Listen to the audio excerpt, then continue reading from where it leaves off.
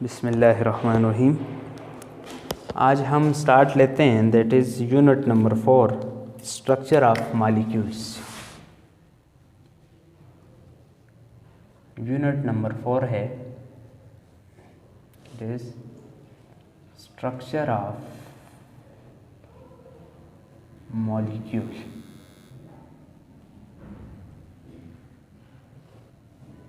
Molecule की structure कैसी है, इस बात को हम डिस्कस करेंगे चैप्टर में। इससे पहले आपको कुछ बेसिक नॉलेज होना चाहिए। जैसे हमने कहा था कि चैप्टर नंबर 1 में एटम्स क्या होता है, एलिमेंट्स क्या होता है, कंपाउंड क्या होता है और मॉलिक्यूल क्या होता है। तो इन चीज़ों के बारे में आपको पहले पता होना चाहिए। जो चैप्टर नंबर 1 में हमने डिस्कस किया था वो रिकॉल करेंगे।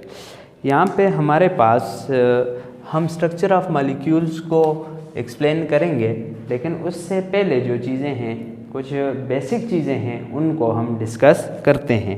उनमें से सबसे पहली जो चीज़ है, what is mean by bond. Bond क्या चीज़ है, what is mean by bond, कि बॉन्ड क्या चीज़ है, इसको पहले हम देखते हैं। तो हमारे पास बॉन्ड होता है the attractive force which holds the atom together.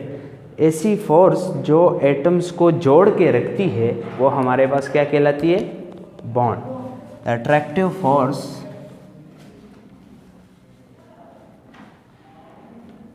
Which holds the atoms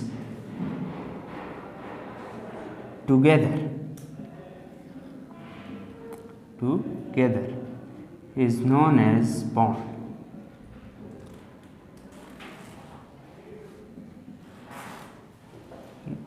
ऐसी फोर्स जो एटम्स को जोड़ के रखती है, वो हमारे पास बॉन्ड कहलाती है। क्या कहलाती है, बॉन्ड्स कहलाती है। ठीक है। जो हमारे पास केमिकल बॉन्ड होता है,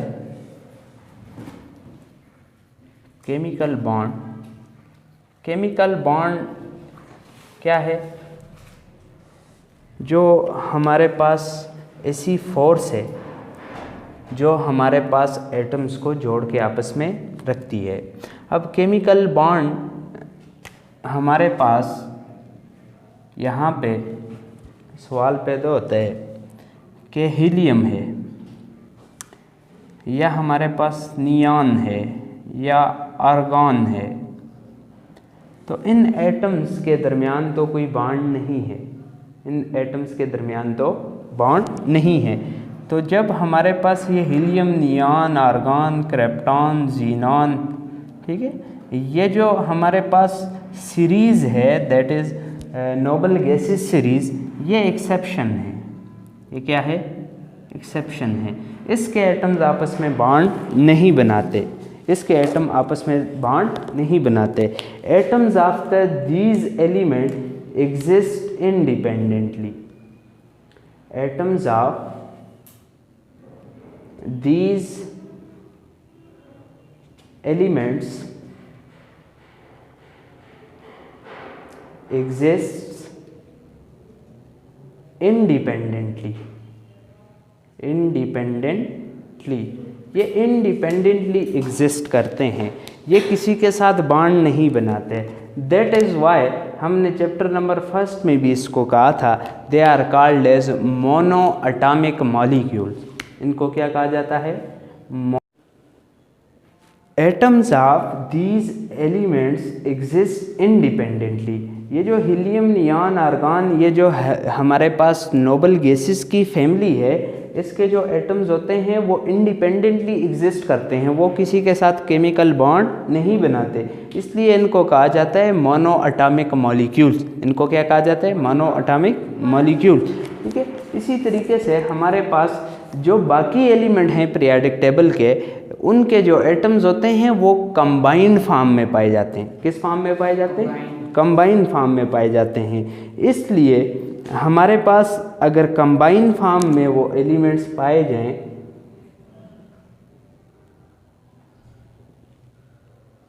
तो फिर हमारे पास जो मॉलिक्यूल्स होते हैं वो दो तरह के होते हैं, या तो होमो एटॉमिक होंगे, होमो एटॉमिक मॉलिक्यूल्स, या हमारे पास होंगे hetero atomic molecules, hetero atomic molecules. अगर होमो एटॉमिक हैं तो इसका मतलब ये हुआ कि हमारे पास ये जो होमो एटॉमिक मॉलिक्यूल्स हैं ये बिटवीन सेम एटम्स, ठीक है। फॉर एग्जांपल होमो एटॉमिक, एक हाइड्रोजन दूसरे हाइड्रोजन के साथ मिला H2 बना, होमो एटॉमिक मॉलिक्यूल है। क्या है? होमो एटॉमिक मॉलिक्यूल है। एक नाइट्रोजन दूसरे नाइट्रोजन के साथ मिला तो हमारे पास N2 बना, that is homo atomic molecule. इसी तरीके से एक ऑक्सीजन दूसरे ऑक्सीजन के साथ मिला O2 बना। तो ये जो जितने भी मॉलिक्यूल हैं they are called as homo atomic molecule, homo atomic molecules, ठीक है, जिनमें एक ही तरह के एलिमेंट्स हों, इनको हम होमो एटॉमिक मॉलिक्यूल कहते हैं। इसी तरीके से हमारे पास दूसरे हैं that is hetero atomic molecule. Hetero atomic molecule कौन से होते हैं? बिटवीन डिफरेंट एटम्स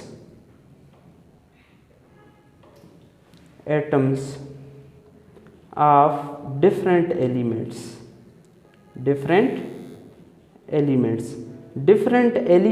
के डिफरेंट एटम के दरमियान अगर बॉन्डिंग हो जाए और मॉलिक्यूल की फॉर्मेशन हो तो वो हमारे पास हेट्रो एटॉमिक मॉलिक्यूल होता है। मिसाल के तौर पर हमारे पास है H2O किससे? इसमें हाइड्रोजन और ऑक्सीजन है। इसी तरीके से कार्बन डाइऑक्साइड क्या है? That is hetero atomic molecule, क्योंकि इसमें एक कार्बन है और दो ऑक्सीजन है। तो हमारे पास दो तरह के मॉलिक्यूल होते हैं, या तो होमो होंगे या हेट्रो। होमो वो जो सेम एटम्स के दरमियान हो, वो मॉलिक्यूल जो same atom of the same element के दरमियान बने उनको हम क्या कहते हैं? होमो एटॉमिक मॉलिक्यूल। और डिफरेंट एटम के दरमियान बने तो उनको हम कहते हैं अब सवाल ये पैदा होता है कि हमारे पास जो एटम्स हैं या जो मॉलिक्यूल्स हैं ये बनते क्यों हैं, या एटम्स बॉन्डिंग क्यों करता है, केमिकल बॉन्ड क्यों बनाता है।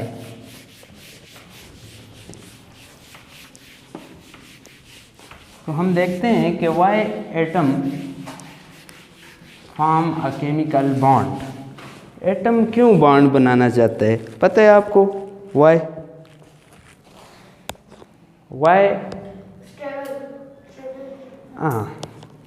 तो हमारे पास why do atoms form chemical bond. Atom chemical bond क्यों बनाता है? Why atom form chemical bond. Atom chemical bond क्यों बनाता है? सुने इस बात को। यूनिवर्स की हर चीज़, कायनात की हर चीज़ स्टेबिलिटी की तरफ जाना चाहती है। किधर जाना चाहती है? स्टेबिलिटी की तरफ जाना चाहती है। स्टेबिलिटी गेन करने के लिए दुनिया में एक काम करना पड़ता है, एनर्जी लॉस करनी पड़ती है, एनर्जी को कम करना पड़ता है। हमारे पास जो एनर्जी है इसका स्टेबिलिटी के साथ इन्वर्स रिलेशन है। स्टेबिलिटी के साथ इन्वर्स। एटम बॉन्ड क्यों बनाता है? Y do atoms form a chemical bond. मैंने आपको बताया कि यूनिवर्स की हर चीज़ स्टेबिलिटी गेन करना चाहती है। क्या करना चाहती है? Stability gain.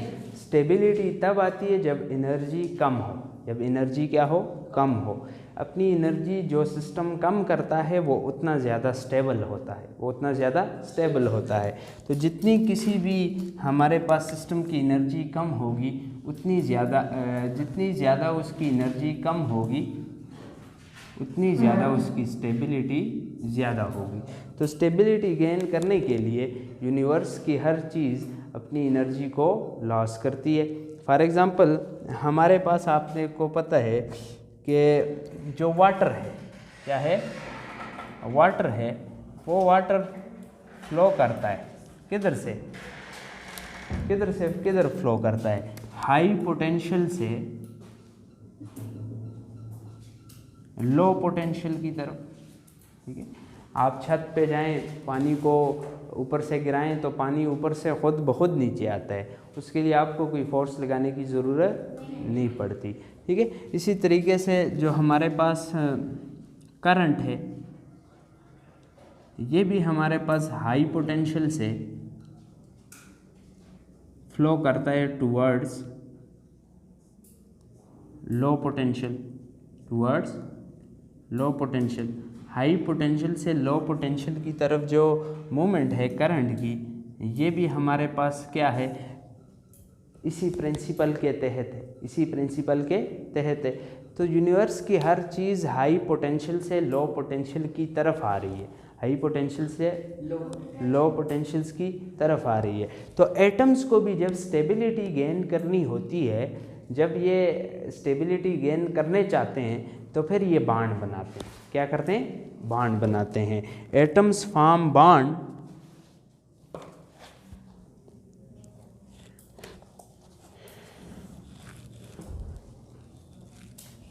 atom forms bond in order to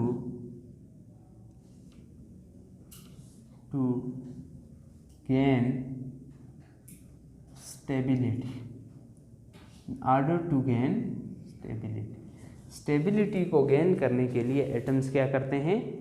bonds बनाते हैं। क्या करते हैं? बॉन्ड्स बनाते हैं। ठीक है, अब हमारे पास हमने पढ़ा था कि बॉन्ड्स की 4 टाइप्स होती हैं बेसिकली। कितनी टाइप्स होती हैं? 4 टाइप्स होती हैं। First type of bonds are called as ionic bond. क्या होते हैं? Ionic bond. ठीक है, आयोनिक बॉन्ड कौन से बॉन्ड होते हैं? Bond which is formed by the complete transference of electron, जिसमें क्या हो? Complete transference of electron. Electron की कंप्लीट ट्रांसफरेंस से जो बॉन्ड बनता है वो आयोनिक बॉन्ड होता है। वो क्या होता है? Ionic bond. इसकी मिसाल इस तरह है कि ये हमारे पास सोडियम है। क्या है? सोडियम का एटम है और इसका जो हमारे पास एटॉमिक नंबर है वो 11 है। वो क्या है? 11 है। ठीक है, अब हमारे पास इसका एटॉमिक नंबर 11 है। ठीक है, अब हमारे पास जब हम इसके इलेक्ट्रॉनिक कन्फिगरेशन करते हैं तो 1s2 2s2 2p6, तो 1s2 2 4 और 6 10 और 3s1।